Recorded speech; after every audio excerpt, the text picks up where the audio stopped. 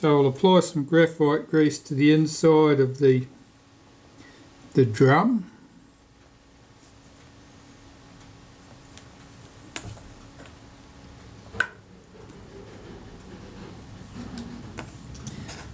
And here's the inner piece. You have to get the spring on here. There's a little projection or tag on that spring that drops into a notch. Then I've got my crimp lug pliers I'll load over the top of that, pull that in gently, rotate this clockwise, pulling the spring into the groove, into the notch if you like, in that centerpiece, then push that over the top. And that's the clutch assembled. And it should be smoother in one direction than the other. And that's the correct direction, so you can't go far wrong there. I'll put some synthetic grease through the centre of that and just drop that in here. It should engage with the slots on the top of the take-up spool like that. And now I can fit the bush, the guide bush, on the top of the film advance, which is here. So I'm going to take some synthetic grease, just put a big dollop on right there where between the little gears, squeeze that in with my thumb, and the hydraulic pressure will just push that in. And it's just to ensure that that shaft is effectively lubricated. Wipe through the centre of there for good measure. Drop that in on top of the film advance. If I rotate the take-up spool with my thumb, that'll engage the gear with that so that it all falls into line without any arguments. Got a plain screw at this side.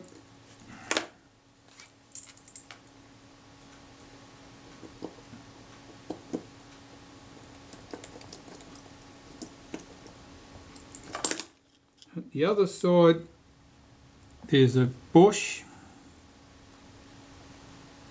One side of that bush has a slight countersink in it. That should go down. Do not have it up or things will not work properly. Here's the little ratchet pawl,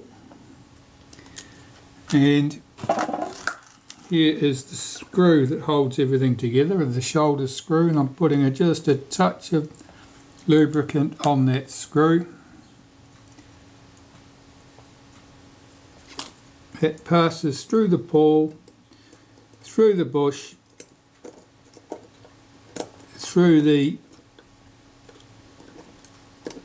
guide bush here for the film advance, and into the top of the casting. That all looks good. Now I'll leave that screw slightly loose at the moment and its mate on the other side, because sometimes that makes it easier to get other things together. I'll tighten them up before I'm done. The return spring for that little pawl is here. I'll have to get that hooked into place.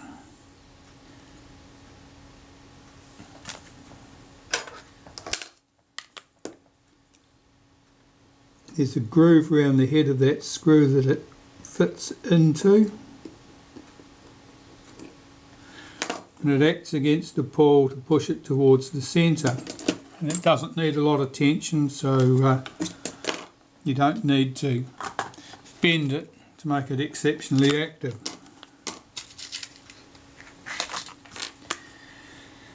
Now we've got the gear on the top here. I'm just looking underneath here. I'm just going to support the shaft from underneath on something so it doesn't fall away while I'm working on things. So I'll just put that under there. That was the tripod socket surround. Right, this gear, I'll just lubricate that on the underside and in the centre with a bit of synthetic grease.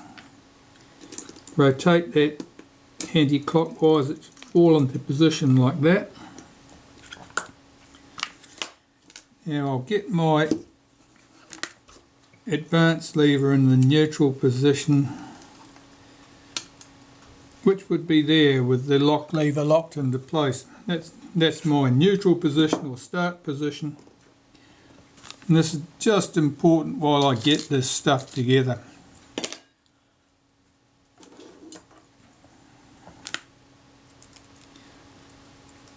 This leaf spring edges up. I put a wipe of grease on that to protect it from corrosion more than anything else. It's fairly high carbon steel. That piece, that only goes on one way. There's a couple of little bevels in the edges underneath it. Make sure that they're down. That goes on there. Here's the gear that goes on the top. It's got to go over that square.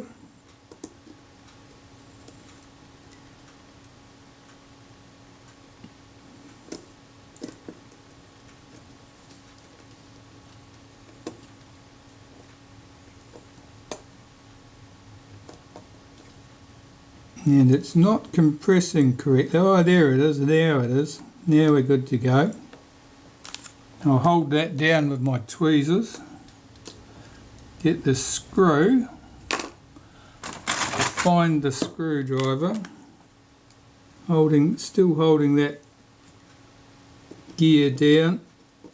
See if I can get my screwdriver on there. Magnetised screwdrivers there. If you want them to be magnetised, they're not.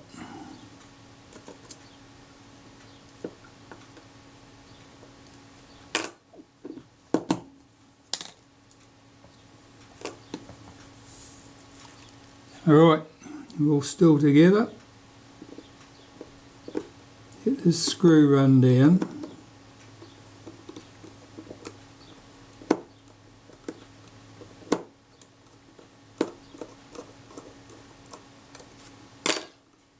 And the lock lever will hold this in place. So I can do that up.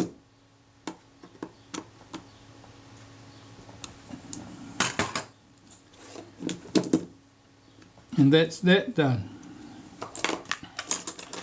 So I think the lever for the lock lever for the rewind button needs to go in next. I've just put the lock lever in place with the return spring and the shoulder screw, and I've just got to hook its return spring into position now, like that. That went unusually well.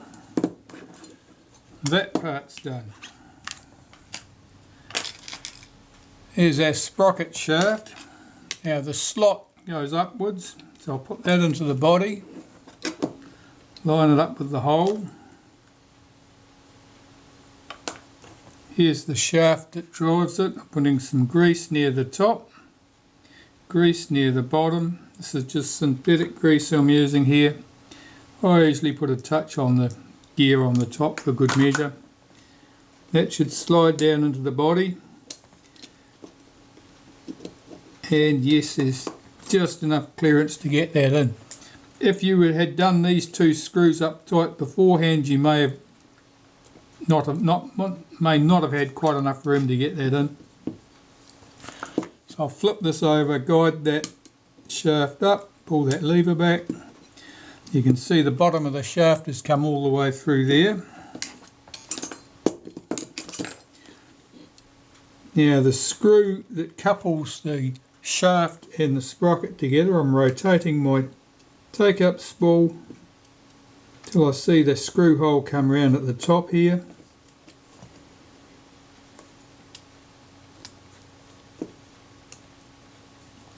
And here's the screw.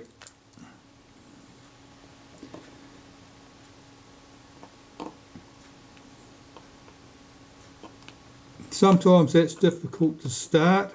If it won't start easily, rotate the shaft 180 degrees. Sometimes there's a better lead on the other face. The rewind button, that goes in at the end of the shaft there.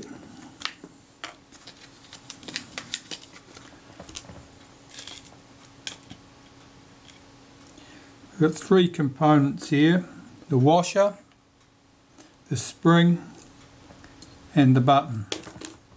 So normally I put some grease in the spring, put the button through the spring, put the washer over the end of the button. Now, supporting this shaft with my finger from underneath, you can get this started on the bottom of the sprocket shaft. This washer's just trying to get away.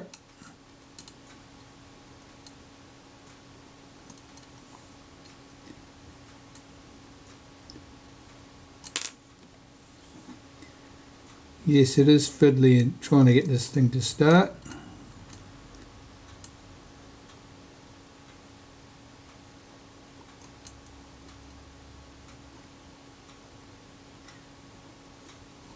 Right, it's away. The thread on this one's a little bit tight. I noted that, I think, when I was taking it apart. You have to get this arranged so that the washer passes around the shaft, around the button.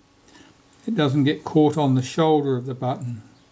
Otherwise you can't depress the button and it won't work.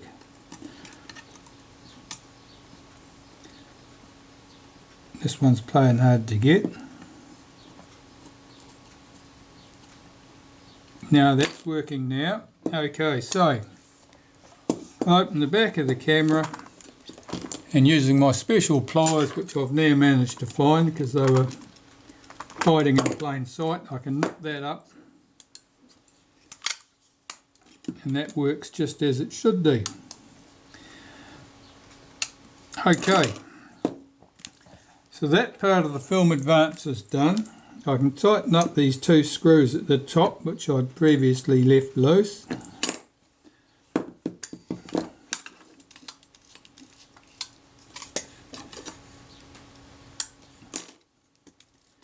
Yeah, everything drops in nicely. Okay, that part is good. Now I'm just about ready to pre-tension this and then assemble the base of the camera. Now there's some tricks to that. I'll just position my camera on my all-purpose block of wood. Things to achieve. Okay, so there's a spring that drops in here that works the capping plate. That must be present, otherwise things won't go well.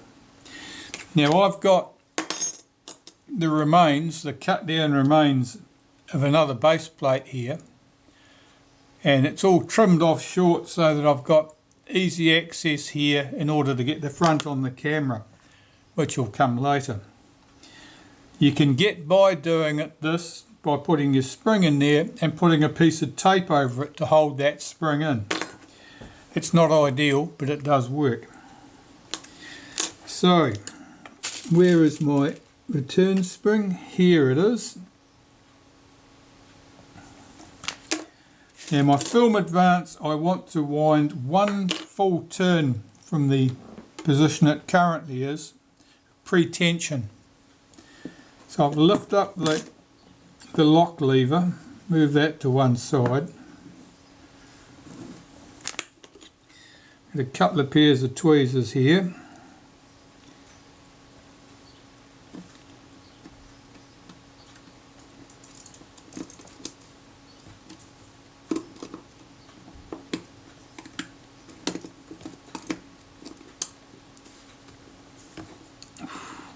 A bit more.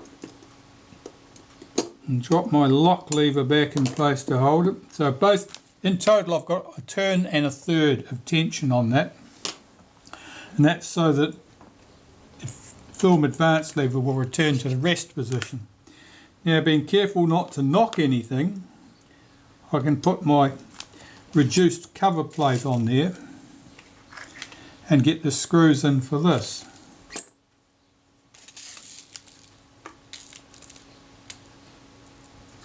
So I just want 3 nickel plated screws are sufficient. Could probably get away with 2 to tell the truth, but we'll put 3 in for good measure.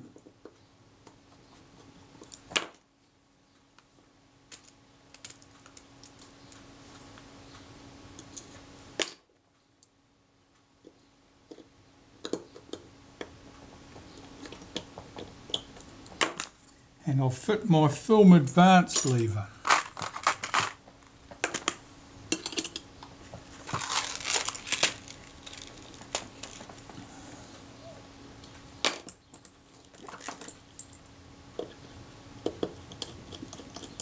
Once the lever's in place, I can relax because the film advance can't unspool.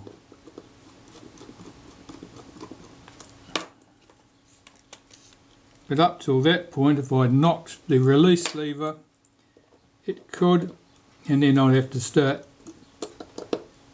the process of tensioning this all over again. Right, so that's our advance lever in place. If I press down the release lever here, hold down the lock lever, I can swing my film advance lever and check that it returns to the rest position.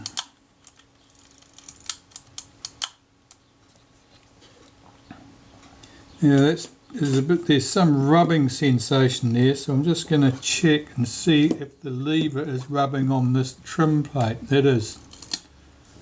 Okay, I know that trim is slightly bent, and it's just the lever rubbing on it.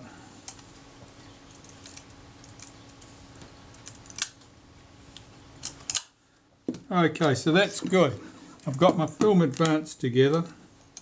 Well, the parts on the bottom of the camera at least, and I know I've got my spring for my capping plate in place.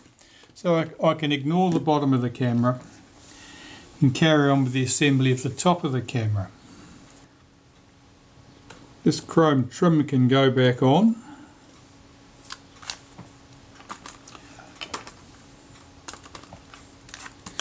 The strap lug at the end of the body here can go on.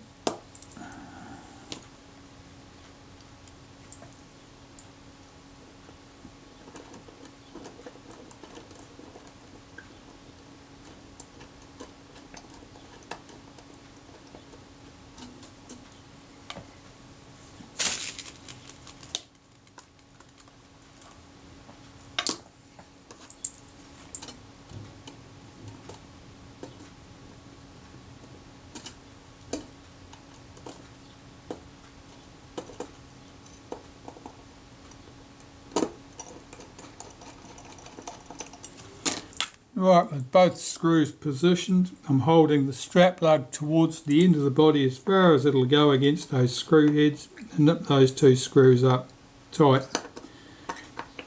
There's small slots in that bracket. That'll get you by, that's just ideal. Our rewind shaft will end up sitting at that height. Now the cocking rack at this end of the camera is the next thing to worry about. That is going to sit like that.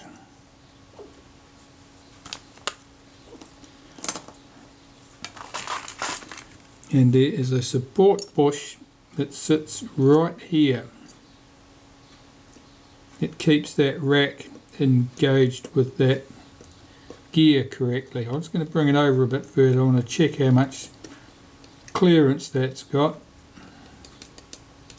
Possibly more than I would expect it to, so I'm going to cheat. Slacken off these 2 screws.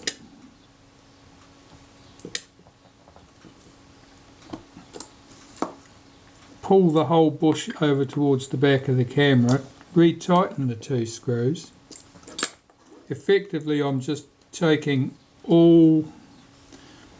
There's always a bit of slop in these things, and I'm just reducing the amount of space that I've got there. That'll be good. That'll move smoothly. So that just hooks over pretty much the first tooth there. And I'll just check that rack carefully. I'm not expecting any problems with these because they don't usually give any problem. That looks fine. So I'll lubricate that and put that in place. And I will just use synthetic grease again.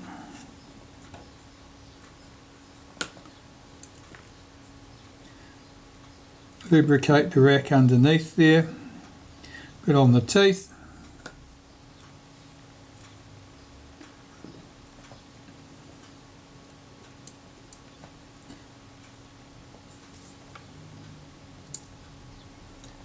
That should be good. There's two things to go on here. This bracket, which holds the rack down and keeps it in firm contact with the transfer shaft, and then the bracket on the end, the strap plug. I'll need to put those in place. So this bracket here has got a little wheel on it. And I'm just forcing a bit of grease in there because this of course has all been through the cleaner and there's no lubrication in there at all. That was all that was required. And that's held in place with two screws.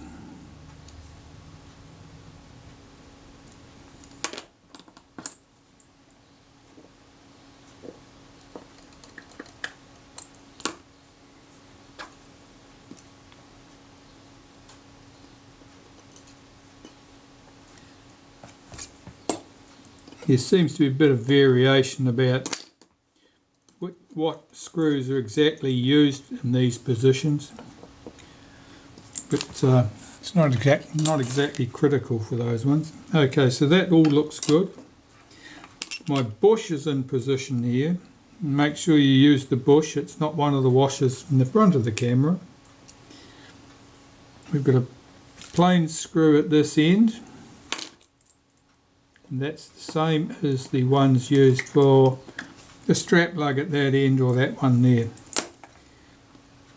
And the other one has got a shoulder on it that supports that bush, that supports that rack. It's the only screw that looks like that in the camera. Make sure it goes back there. That should be our cocking rack in place. So I'm just checking the action.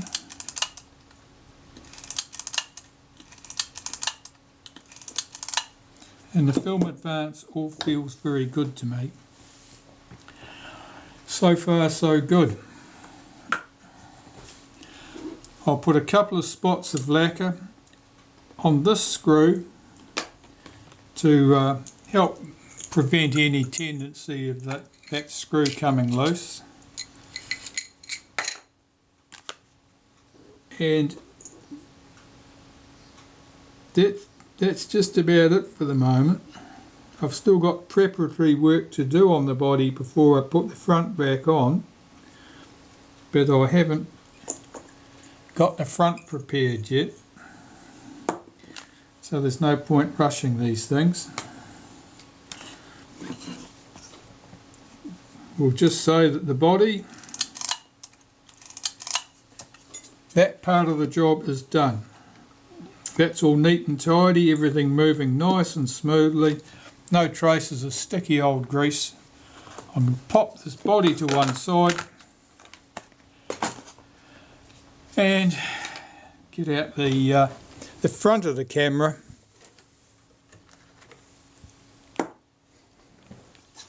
Complete with shutter, of course. And the main problem with this is this control gear on the back of the shutter, not the shutter itself. The shutter itself seems to function quite well. This gear by comparison is a bit sticky. So that's what I've got to do, strip this down.